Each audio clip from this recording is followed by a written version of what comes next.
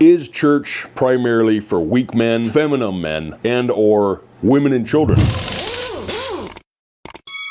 Fellas, I would say in 2025 America, hell, for the last 25 years, it's kind of become that. There's a stigma surrounding Christianity, and the modern church is to blame for that. Now, this isn't every and all churches, but it is the majority. I'm going to point out and pick on one movement in particular, Real Life. I know there's some good chapters of the Real Life movement or church out there. They do exist. The majority of them are feminized, beta male, dominant, endorphin rush sessions, right? You go to a lot of these churches, they're set up in a very feminine manner. It looks like a gal decorated the church, and bless her heart, she probably did. There's nothing wrong with that, but it's not masculine. It's not manly. And let's be honest, young men are not going to be attracted to that. When you've got a preacher that, let's be honest, just doesn't look like a working man that could frame a house or run a chainsaw or go hunt a deer,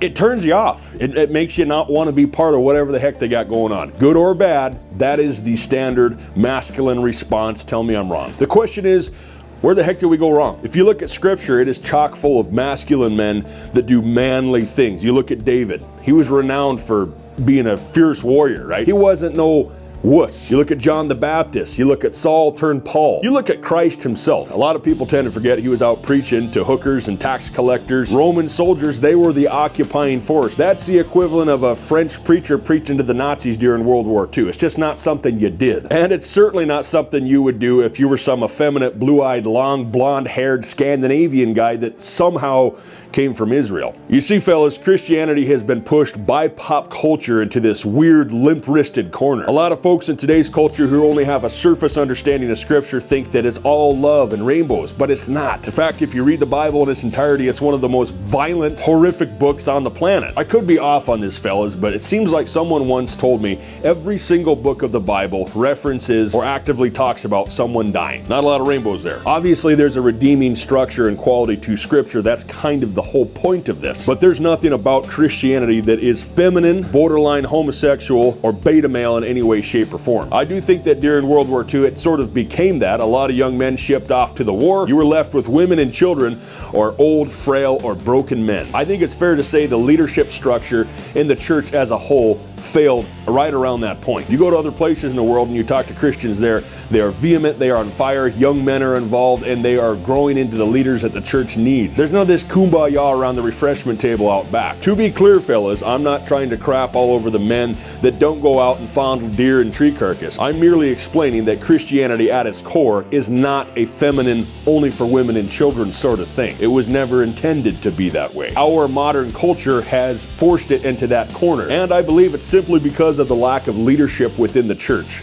at pivotal times. You look at culture today and there's a serious lack of mentorship and leadership for young men. Same problem, different setting. As a side note, the lack of structure and good, strong church leadership opens the doors to prosperity preachers like Joel Osteen. Side note from editor me. Essentially what I'm trying to say, fellas, is the lack of leadership and structure in the church, the lack of getting young men involved in the church at an early age and helping them understand what masculinity is through biblical truths is what leads to the void that the Joel Osteens of the world fill, right? The fella's got charisma. I'll give him that.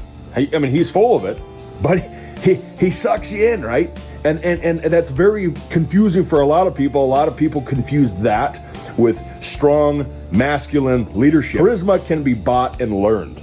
Leadership is earned, right? Long story short, fellas, if you're fed up with the pseudo-feministic nature of the modern church as a whole, this channel, these types of videos, I believe they're for you. And that's kind of the point of all this. I'm not going to blow smoke up your booty and say that I know everything, because I certainly don't. You know that, and I know that. But I do see a real need for normal men to speak to normal men about Scripture, about God. What is faith? What is redemption? What does all this crap mean? I'm not going to sugarcoat any of this and make it some kind of touchy-feely crap. So if that's your jam, make sure to hit subscribe. Bottom line is, fellas, you don't got to check your masculinity at the door when you go to church. You don't unscrew your nuts and set them to the side when you go to read Scripture. And you certainly don't check in your man card when you bow your head to say a prayer with your children, with your wife, with your family, to be a strong leader and a man of God in your home.